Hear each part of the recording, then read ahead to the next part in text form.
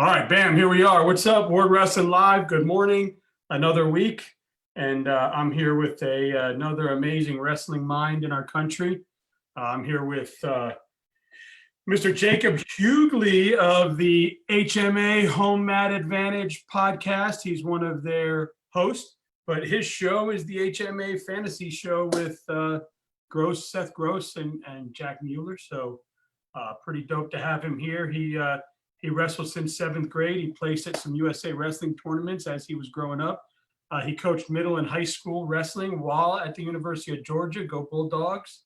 And as I mentioned, he started the HMA Fantasy Show with young Sam over there that has this great podcast. And he's here with us today, Mr. Jacob Hewgley. What's up, brother, man? How are you, sir? I'm doing good, man. Just hanging out. Any chance I get to talk about wrestling is a good day. So I'm ready to talk. Yeah, it's super cool to have you. It's an absolute honor. I know you have your own platform, so to come onto mine is just an honor to have you and have the HMA represented here on my show. It's cool what you guys are doing over there. So, first things first, obviously, I've got some questions for you, but the elephant in the room is this pandemic.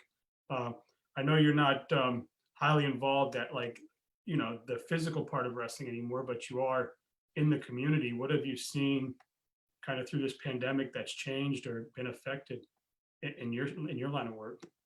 Yeah, so I'm a high school teacher. I teach math at a local high school here in Chapel Hill. And I actually do still coach wrestling. But obviously for me, the big deal with the pandemic is, I'm a teacher and we're not in school anymore. So it's really, I'm still in the early stages of my career. This will be my 3rd year teaching because I'm still pretty young. And just as I felt like I was starting to understand everything and know how to be a teacher, we got kicked out of school. So had to relearn how to do everything online now. And since you already had a show online, it probably became a little bit easier of a transition for you, where I had no idea what the heck Zoom was. I knew what it was, but I never really explored it at any level until this point. Well, it looks like, I don't know how it is in North Carolina. Is the big fight about the teachers getting back to school, or are you guys pretty good with it? Yeah. Well, they just announced, at least for my district, that we're going to be online for the entire first semester. So the whole first semester's online, and then I guess we'll pick it back up closer to December. But I'm interested to see how it's going to affect wrestling, because I actually just moved to a new school this year, because the first couple of years I taught at a school that was 45 minutes from my house, and a job opened up here in Chapel Hill. So now I can almost walk to my high school. So I went from being the head coach for the last 5 years in my wrestling career to kind of taking a step back, and I'm the assistant under a pretty well-known coach around here that's won a state title. So I'm really excited to get in there and learn from him. But at the same time, we haven't really heard anything about wrestling. So I don't know when we're allowed to go back, or, if it'll be a second semester thing. I know some states have gone to second semester. I'm kind of hoping that we do too, just to maybe give the season the best chance of happening. But I'm just kind of sitting here in limbo, waiting to hear when I can get back on the mat with my guys. Yeah, man, for sure. Well, that would be great. So you are still coaching. Well, good for you. I didn't know that. My apologies. You're good. So Jacob Hewgley, who's Jacob Hewgley, man? Tell me a little bit about you, how you got into all this, and all that good stuff. Yeah. No, I grew up in Georgia. I didn't actually get into wrestling until 7th grade. I played basketball, unfortunately, growing up my whole life.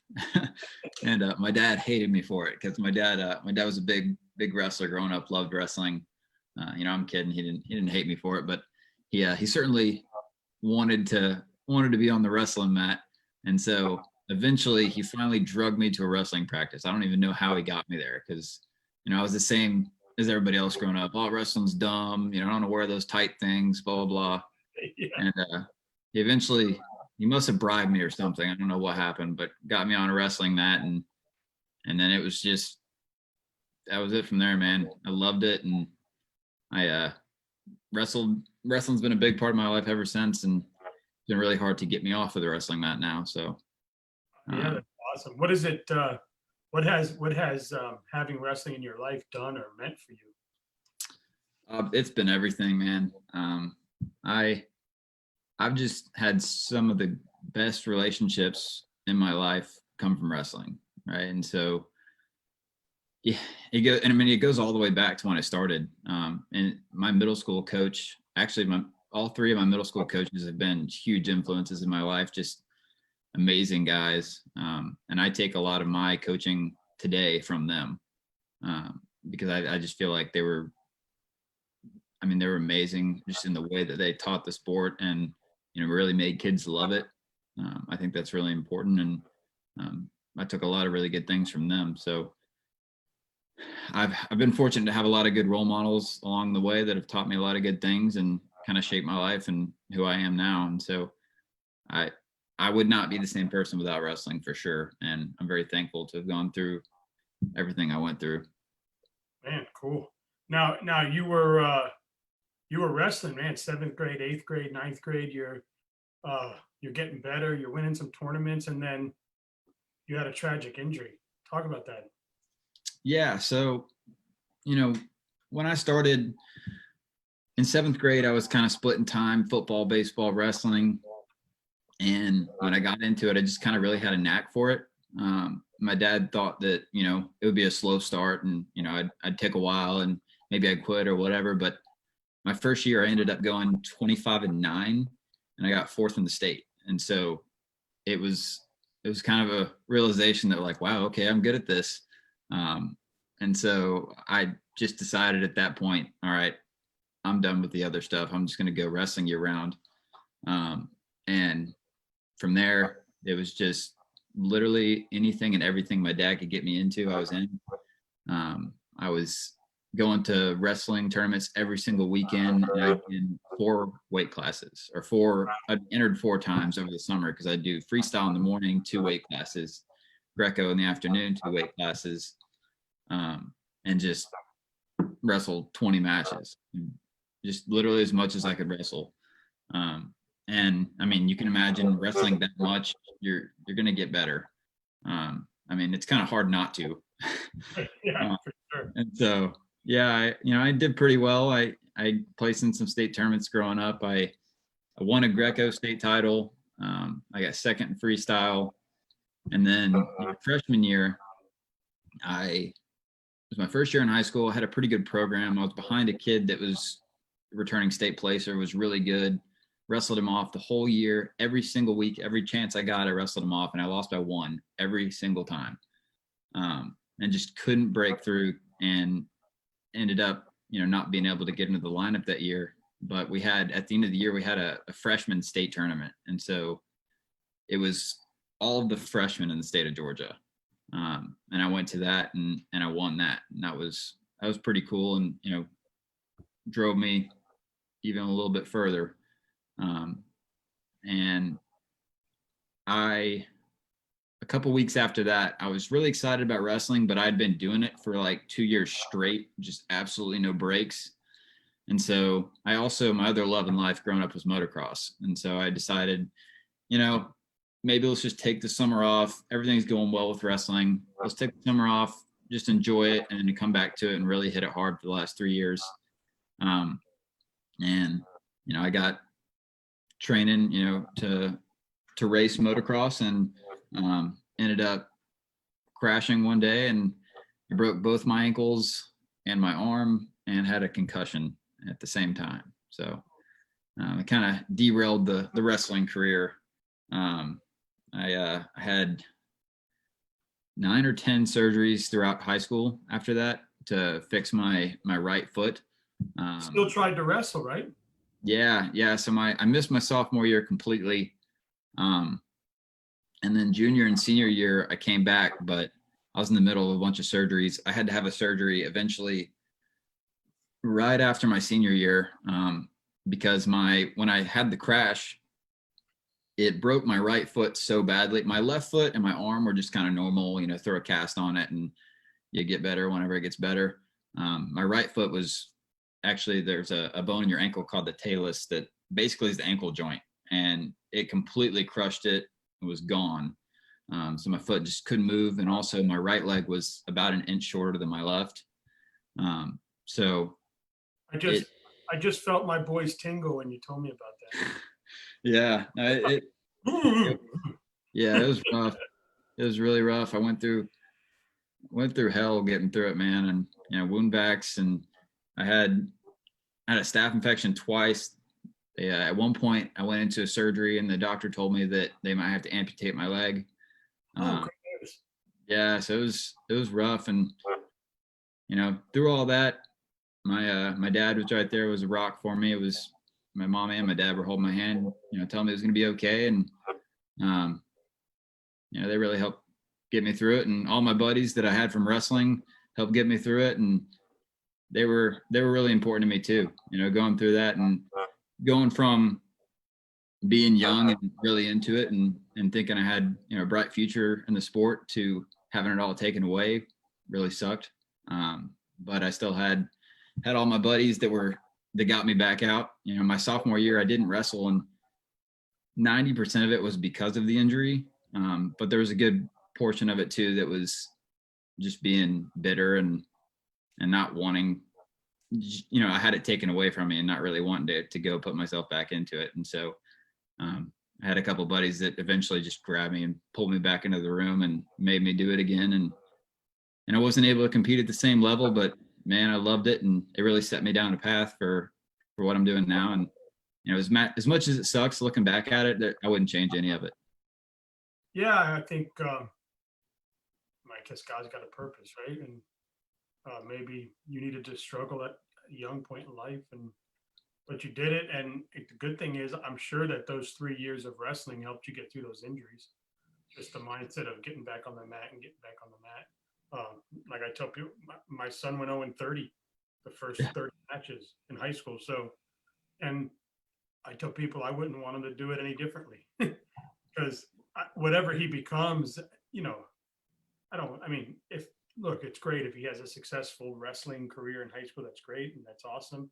But I think that lesson that he learned by just hanging in there, I don't think he'll ever go through anything that tough again, Yeah, 100%. I mean, I wouldn't change any of the lessons that I learned. And, it's 100% the reason that I'm doing everything I'm doing now. That I'm a teacher. I absolutely love my career, and I would not rather be doing anything else. That getting into coaching has been amazing, and it's completely just everything I went to changed my mindset, my view on the world, and really helped shape my coaching style. I was very selfish growing up and very, all about me and wanting to get better, and kind of being punched in the face with all that. It settled me down, and my most important thing when I'm coaching wrestling nowadays, and I always tell my kids, and it's the most important thing for me is to make sure that they're better people when they leave than when I got them, right? If they win state titles, awesome. I mean, I'll be the most excited person in that arena, right? I'll be jumping up and down, screaming, having a great time. But at the end of the day, I'm more successful if you leave me a better person than when I got you. So that's definitely something I learned from all that crap. So yeah, it's awesome. So, fast forward a few years, and the young man Sam starts this HMA, home mat advantage.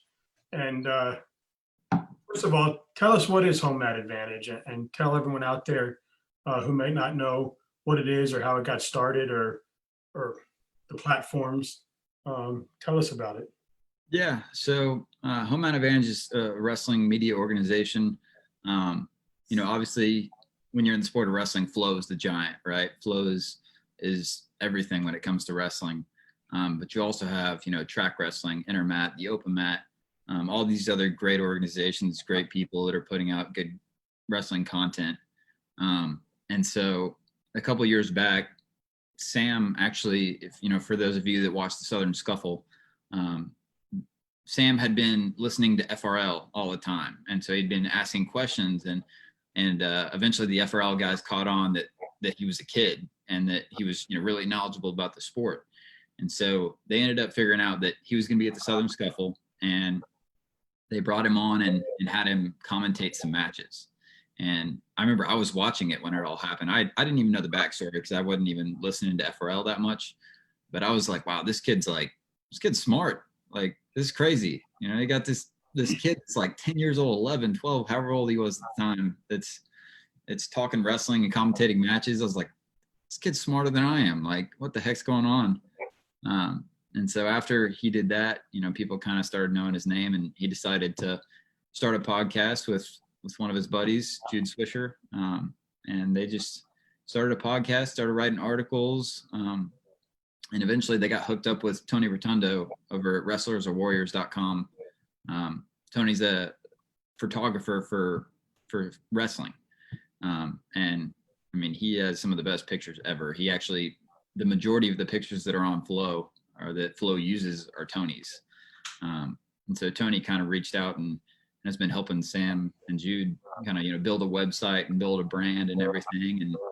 And when I started about a year ago, this fantasy wrestling platform came out on WrestleStat, and I've been doing fantasy wrestling for years, just kind of like keeping it in Excel with all my buddies, real old school, like for those of you that did fantasy football back before we did it on the computers, like you had to do stuff. We used to meet for chicken wings. Yeah. And you'd have to go to like Walgreens and get yourself a book, and then you'd sit there and you'd write everything in, and your boy would have like a board with him or something. There wasn't. Now you can just click be home.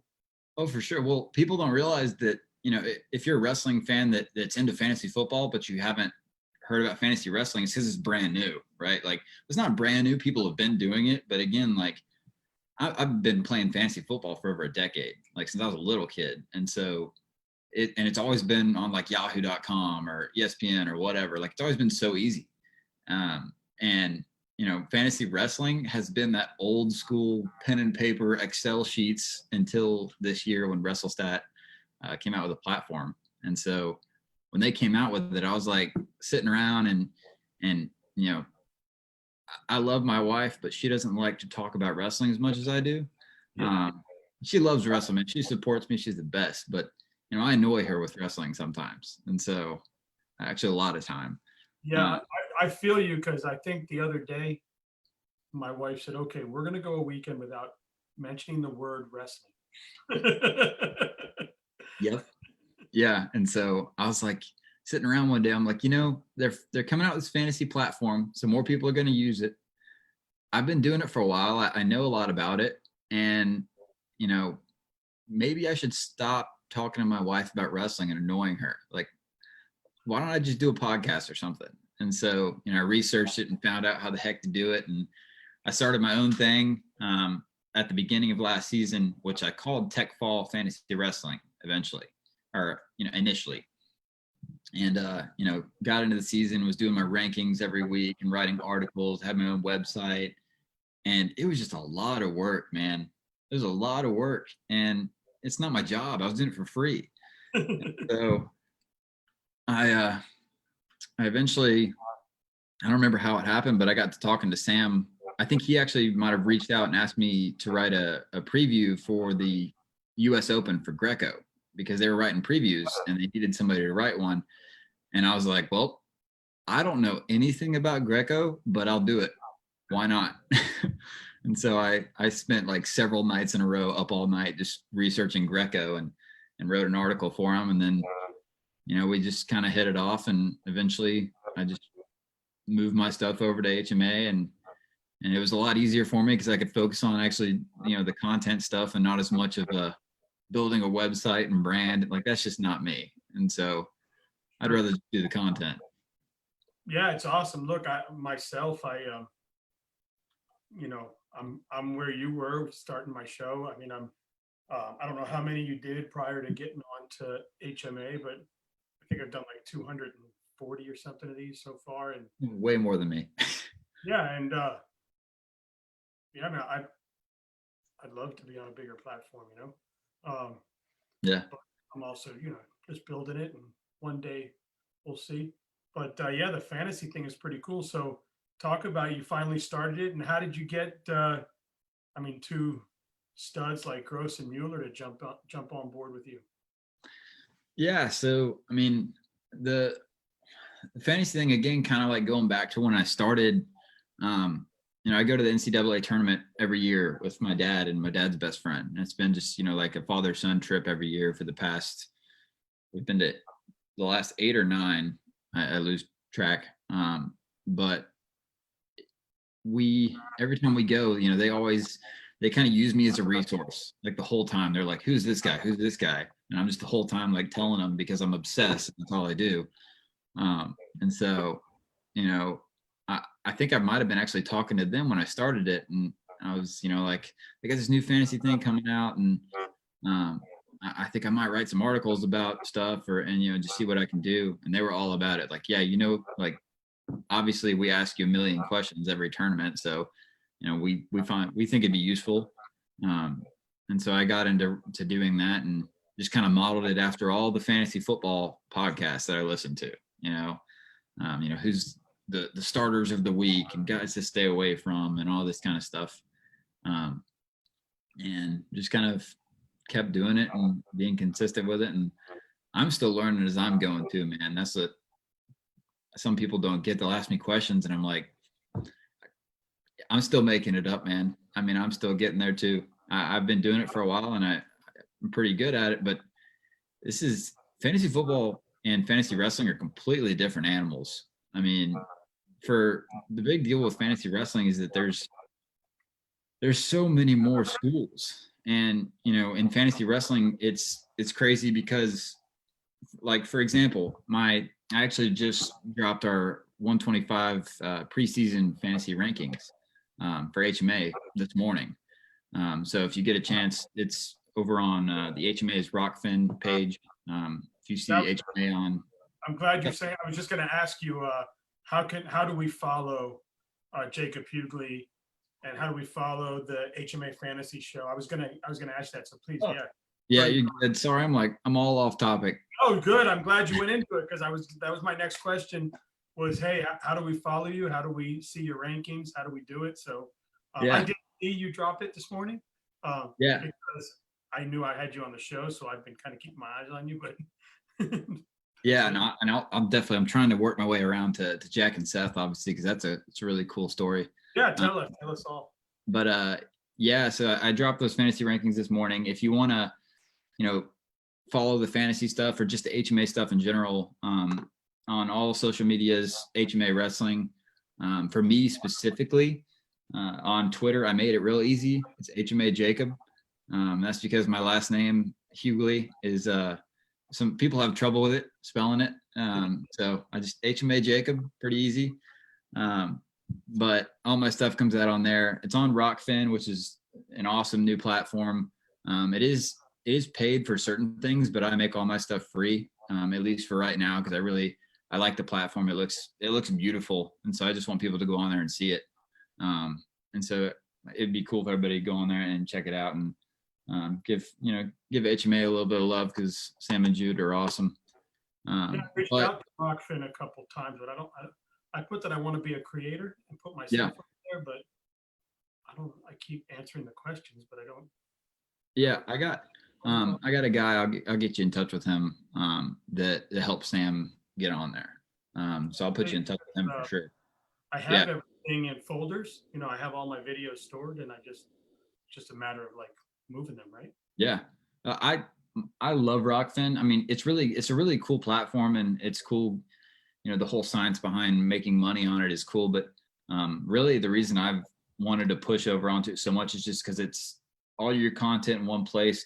It's simple, but just like beautiful looking. It looks really good. It seems like everybody that does what we do, yeah, like as far as wrestling and stuff like that, seems like they're on there, and it's got a lot of cool stuff on there. So I don't know. I've been trying to reach out, but we'll see. Yeah.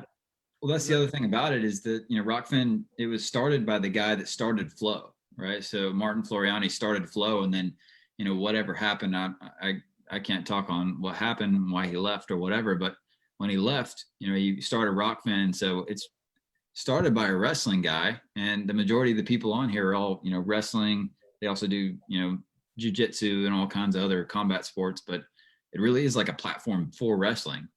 Yeah, well, if you could shoot me the number to get a hold of that guy. For sure. Dope. Yeah, I mean, I think everybody that does wrestling content should look at it and give it a shot, because it's pretty awesome. But I've got a couple. If you're listening, I got a couple hundred video interviews I can add to you. Your platform. Yeah. Hey man, the more content, the better. Yeah, man. So you started the fantasy thing, dope as hell, and then you get two legends. I mean, Gross and Mueller are up and coming legends, if not legends already. I mean, Mueller's doing huge things. Was right on the brink against Spencer Lee this year, which is not too many people are ever on the brink. Yeah. The NCAA level. I mean, we've seen him get beat at some different tournaments, but it doesn't happen a lot, right? So, man, you get those two guys. Talk about that. That's pretty cool. Yeah, no, that was incredible. Because originally when I started doing my stuff on HMA, it was me and Sam and Jude talking, and they kind of have their own thing, right? We have the HMA podcast, but underneath that umbrella, there's a couple different podcasts, right? So it's like HMA podcasts, and then we have a Wrestle Like a Girl podcast, and we have an interview segment, and we have this segment. And so Sam and Jude were kind of getting pulled all over the place, and I was like, let's find me a co-host, right? So I don't have to talk to myself. And so we kind of put out feelers, and we interviewed a bunch of really cool people. They were all awesome. But when it came down to it, we were actually also in the middle of doing one of our, I always find different projects to do. I'll just be sitting around and come up with some random crap that I'll throw together and we'll talk about. So we had, I think it was the best of the decade duels. Or I can't remember exactly which one we were doing. We were doing one where we had basically put together, so it was the best of the decade. So it was I went through the last 16 NCAA tournaments and found basically the top 16 teams, or the last decade, I went and found the top 16 scoring teams at the NCAA tournament. And then once I found those teams, within that, I found who's the best of their decade. And so like Wisconsin, right? Over the last 10 years at each weight class, who's their decade team, right? And so I found a decade team for 16 teams. And I had this crazy organization strategy where I found some seeding. I don't even know how I got through it, and I ended up seeding it. And we just kind of went through and like talked every episode about these like dream team matchups, and we ended up, I think the first episode we actually had Christian Piles on from Flow. And after that, it was like, let's just get people on every time and like have a good time and chat about it. And so we had all kinds of really cool people get on. We had Matt McDonough. Matt McDonough is awesome. He is one of my favorite people to have on the podcast ever. He's a ball of energy. He's a lot of fun. He's a really cool guy. And then we had Logan Stieber on. I mean, one of the greats in college wrestling of all time. And he picked every single Buckeye. Dude does not want to lose. He picked every Buckeye. But yeah, we had a lot of really cool dudes on. I mean, David Taylor was on. It was a lot of fun, but we got Seth on and had a really good time talking to him. And he was just really into it, like even more so than other people. Some people get on, they're like, oh, this is cool to do for a minute. But then Seth gets on and like really had a blast with it. And like, I just reached out to him afterwards. I'm like, hey man, I'm looking for a co-host. Would you ever want to do this, multiple times? And he was like, oh yeah, I'm all about it. Like, why not? That sounds great. I was like, okay, cool. That's awesome. And so we brought him on board and started doing some shows. And then we finally figured out how to go live with everything, like you're doing. We were live on Facebook, and like we're way behind on all this stuff. We've just been doing this and posting it. You don't have to tell me. Oh man. And so we finally figured out how to go live, and we're doing it. It's one of the first live episodes, and we had Seth on, and it shows like how many people are watching and everything. And I'm looking, and there's like 3 people. There's like nobody watching. But one of the comments was from Jack Mueller, and I'm like, dude, Jack Mueller's watching this? This is crazy. And so 3 people. Yeah. Right? I was like, there's like 3 dudes on here, and one of them's Jack. Like, this is awesome. And so I messaged him back and forth, and we got him on the next show, and it happened to be Seth and Jack, and we just talked, and like, it was such a great vibe, right? Just, you get on and talk with people, and some people you have okay conversation with, and some people it's just like, we've been buddies for years, and so we just got on talking, and afterwards I asked everybody and Seth, and I was like, hey, what do you guys feel about asking Jack? And we asked Jack, and he was all about it too, and we just haven't slowed down from there. They love it as much as I do. So that's awesome. So how many times a week are you guys on? It depends. We've been doing a lot of like random projects like I've made up. When we do that, we're usually 2 times a week, but we've kind of slowed down and been about once a week now. No wrestling. Yeah, so it's been about once a week now, and we just kind of been doing different topics. When we get closer to the season, especially with my preseason rankings coming out, we'll probably hit on that stuff.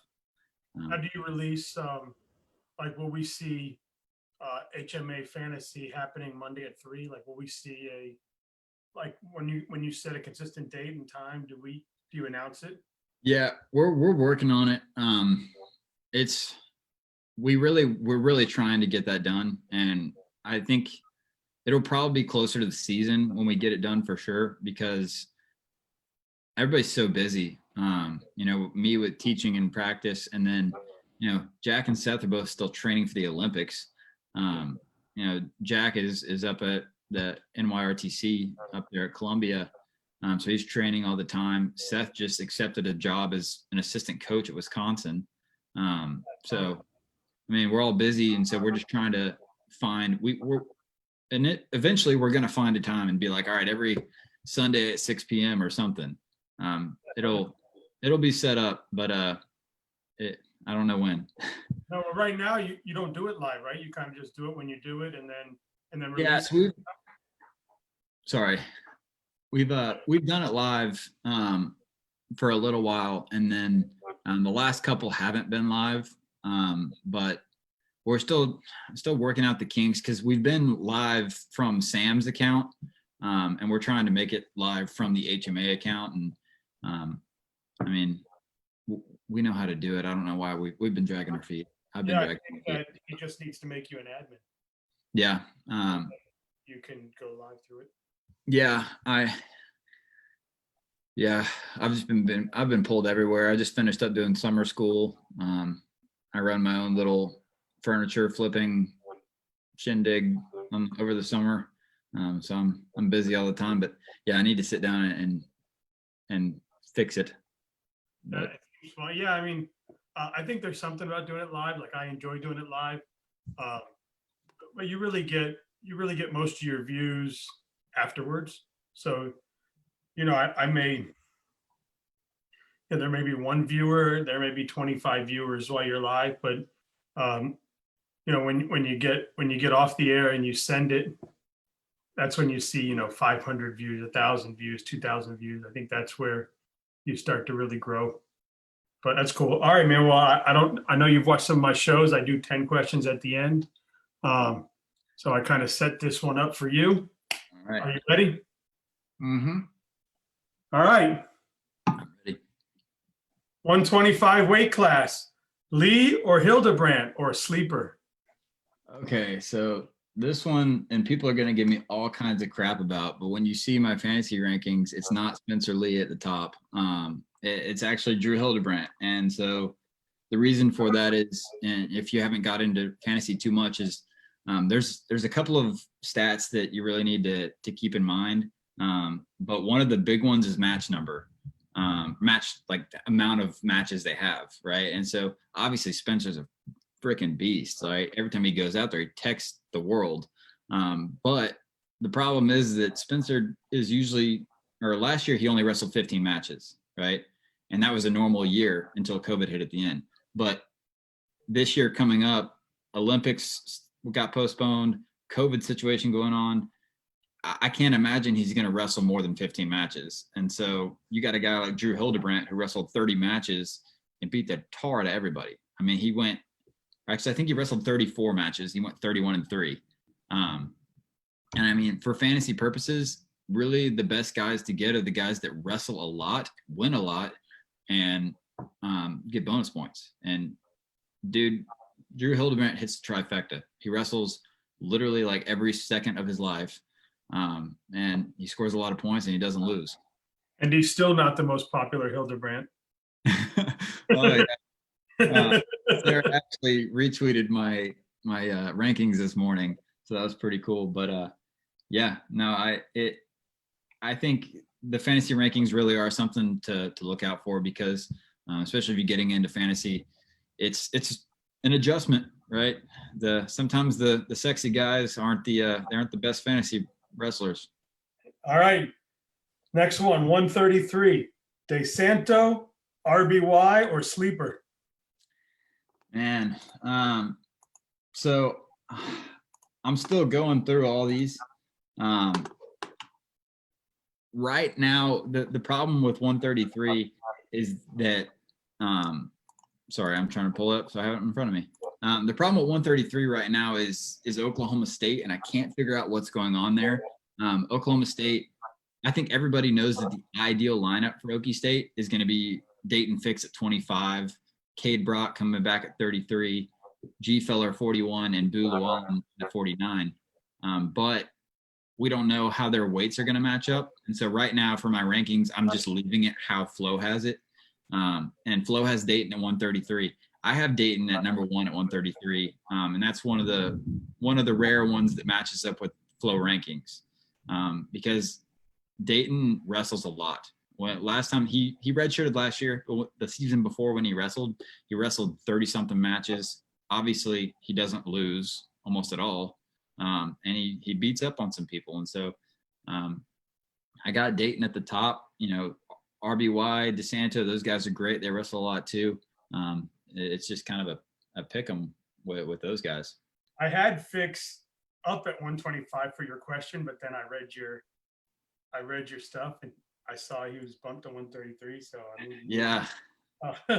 141, Seabass, or do we see Woods shock the world this year? Okay, so 41. What I'm looking at there is, for me, again, all this stuff, I'm going to release all my rankings 10 straight days, got 10 weight classes. I'm just going to do one weight a day. But yeah, preview, I got Seabass number 1 at 141. And also I need to kind of throw in there too, because everybody's going to be like, where's Yanni, right? And Yanni down at 149. So he might be at 149 too. Yeah, that's the thing. We don't know a whole lot with Yanni, but the deal right now is with my rankings, we have all kinds of speculations on what might happen with the season. It might get pushed back. It might have this, that. I have to rank on what's happening right now, right? And right now, the season is normal as far as we know, and Ivy League has pushed back to second semester. So all Ivy League guys have taken a huge fantasy hit because half their year is gone, right? So obviously, second semester, if Yanni's still around, get him, right? If he's there in late rounds for some reason, get him and stash him, but he's not going to do you a whole lot of good until January. Same with Woods? Same with Woods, because we don't know about with Stanford, with everything going on over there. I don't know if he's planning on wrestling for Stanford this season, or if he's planning on transferring and redshirting or wrestling right away. I know he's in the portal. That doesn't necessarily mean that he's gone. He could still wrestle for Stanford this season. Or again, he could transfer, and who knows? So it's crazy it's all up in the air with him. My top 2 guys at 141 right now are Seabass and Dom Demas, because both of them wrestle a whole lot, and obviously both of them win a whole lot, and they bonus point a whole lot of people. Dom Demas likes to throw people all over the place. So At 149, I wrote down Yanni or O'Connor or other. So yeah, again, that's, it depends on where Yanni goes. If Yanni's 149, for fantasy purposes right now, all those Ivy League guys, I'm just kind of not considering right now because they're not really somebody I want to draft because I'll only have them for maybe half a season. 149 is the name that if you've been following wrestling, but you probably don't if you haven't been following that intensely. Keyshawn Clark from American. Was just out on an absolute tear last year. He was another guy that just wrestled all the time and was putting up crazy numbers. And so I have Austin O'Connor edging out Sammy Sasso for the number 2, but Keyshawn Clark is definitely a dude to draft at 149. All right. 157. And first of all, people, I have no idea what I'm doing. I went on to WrestleStat this morning so I could have some fun with a fantasy guy. And that's how I wrote all these down. Oh, you're good. As we go, and I just thought it'd be pretty cool to do my 10 questions that way, since that's your wheelhouse. I wrote down Deacon or Monday. Yeah. For that, well, first of all, actually yesterday it dropped that I don't think it's official, but I saw somewhere that Quincy Monday is going to gray shirt.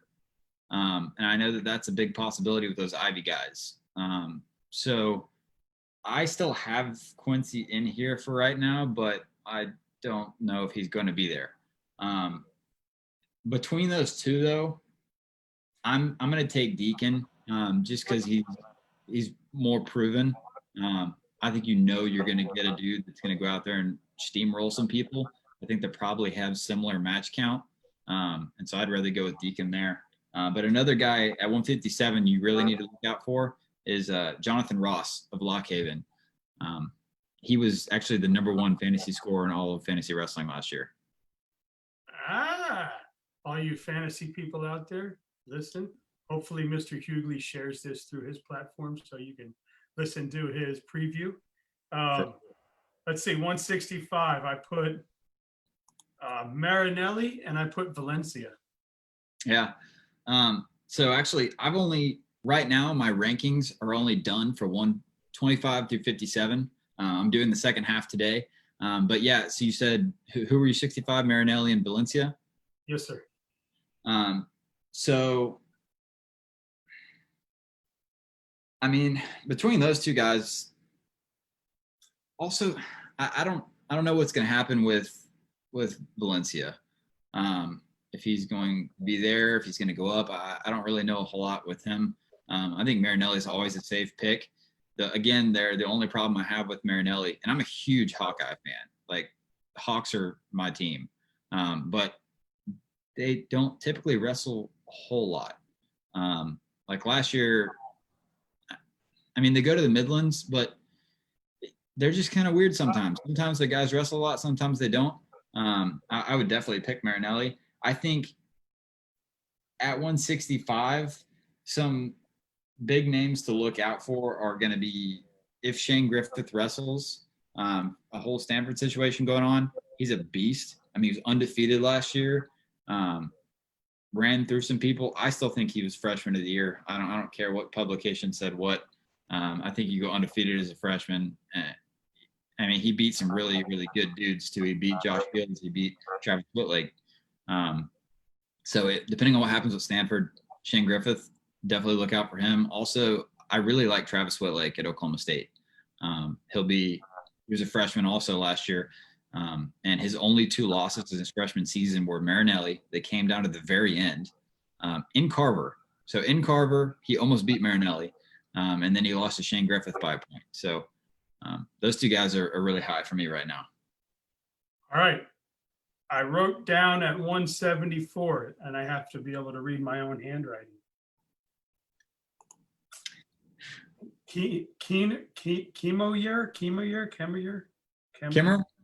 Kimmer.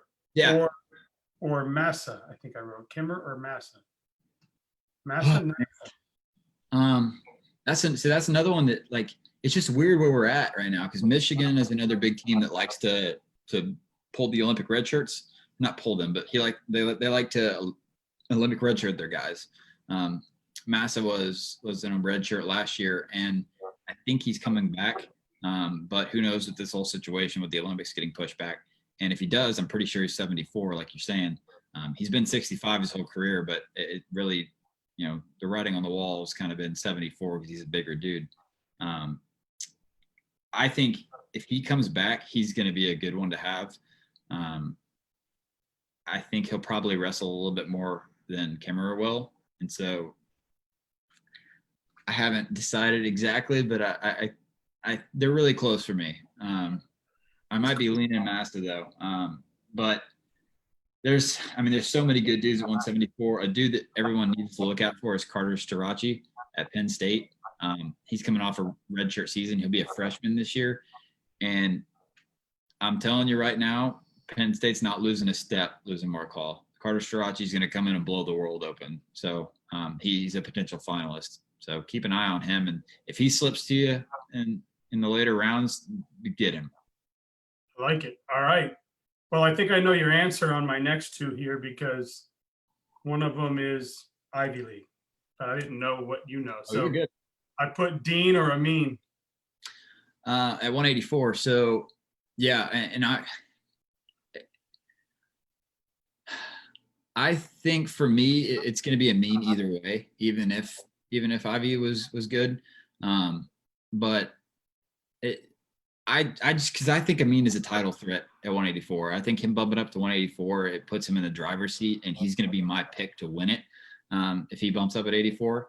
So I'm really excited to see what he does up a weight class, and I would definitely pick him in that situation. The weight class is absolutely crazy, and there's all kinds of good dudes to pick from there. So make sure you look at my fantasy preview because I haven't even decided yet where I'm going. So Dean's got some pretty good pedigree, huh? Yeah.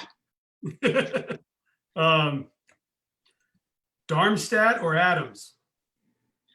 For that one, and again, it's the Ivy League situation. But even if it was a even slate, I'm going Noah Adams. Noah Adams, I don't know his record off the top of my head. I have a lot of stats in my head, but I don't have that one. I want to say he had 30 matches last year, but I might be wrong. But so he had 27 matches. He was 27-0 last year, undefeated. He had 4 points per match. And so that like his PPM average points per match was 4 points. So he on average majored everybody. So I think he's very, very high for fantasy. I don't know. Again, I haven't gotten to those rankings yet, but he's definitely a possible number one for me there because West Virginia's schedule is obviously not as tough as other teams. And pretty much whoever he gets his hands on, he beats up on. All right. Last weight class, Stevenson or Wood? Stevenson or Wood? It's Gable all day. The only problem, though, with Gable is that Gable has talked about obviously he has Olympic aspirations. So I've talked about having him on a pitch count this year. The other thing is that he's talked about going into WWE or UFC or something after, and there's even a rumor out there of him possibly foregoing his last year or some of his college eligibility to go that route. But I mean, as everything sits right now, he's going to wrestle this year. I think he'll be on a pitch count, but he's going to destroy everybody he wrestles. At 285, though, Mason Paris, man. Mason Paris is going to wrestle a whole lot of matches. And if their name's not Gable Stevenson, he's going to absolutely destroy them. So, all right, four names that I wanted to throw at you personally. Hudkins, Graham Rooks, Malik Hines, Mike DeAugustino. So Hudkins is coming back off an injury. I have him in my 125 rankings. He's a little bit lower. I want to say he's around 15 or something. But the only reason he's low is because he's coming back off of, I believe, an ACL. He was really, really looking good last year. Really good. So I expect him to be a very good option as long as everything goes well with the leg. that's again one of the situations where he would be ranked a lot higher for me if it wasn't coming off an injury. So once we see him get into the season, he's definitely going to jump up for me if everything checks out the leg. With the rooks, I mean, same kind of situation that was looking good last year. Definitely a solid option, especially because Indiana, while they're in the Big Ten, you know, they're going to have those matches where they run into Iowa or somebody that's going to be a tough match for them. But they're honestly, some of those smaller Big Ten teams usually have pretty good schedules for fantasy. They usually wrestle some pretty favorable matchups. So definitely somebody to look out for. And the last two, Malik Hines and Mike DeAugustino. I'm going to be honest, I don't know a whole lot about Hines. I'm still in my research phases right now, so I might have more to say on him later. DeAugustino, though, is definitely somebody to look out for. The only question with him is if he's going to be at 25 or 33. He's been at 25. He was at 25 last year with the whole situation with Sebastian. But I've heard a lot of things that he's kind of big and might move to 33. I think it'd be a good move for him. And I think it'd be a good move for Northwestern because Northwestern has a really good freshman coming in off of a red shirt, Chris Cannon at 125. So look out for him to go 133. Nice. Yeah. Malik Hines and DeAugustino are Florida boys. I want to throw them out there. I know Hines was, I think, redshirted last year, but he's definitely, hopefully we'll see him do big things and make Florida proud. And he's got some little brothers coming up behind him, so they'll be good too. But yeah, I had Mike on the show. He was what a super nice kid. Loved talking to him. Man, you shoot him a text, he texts you right back.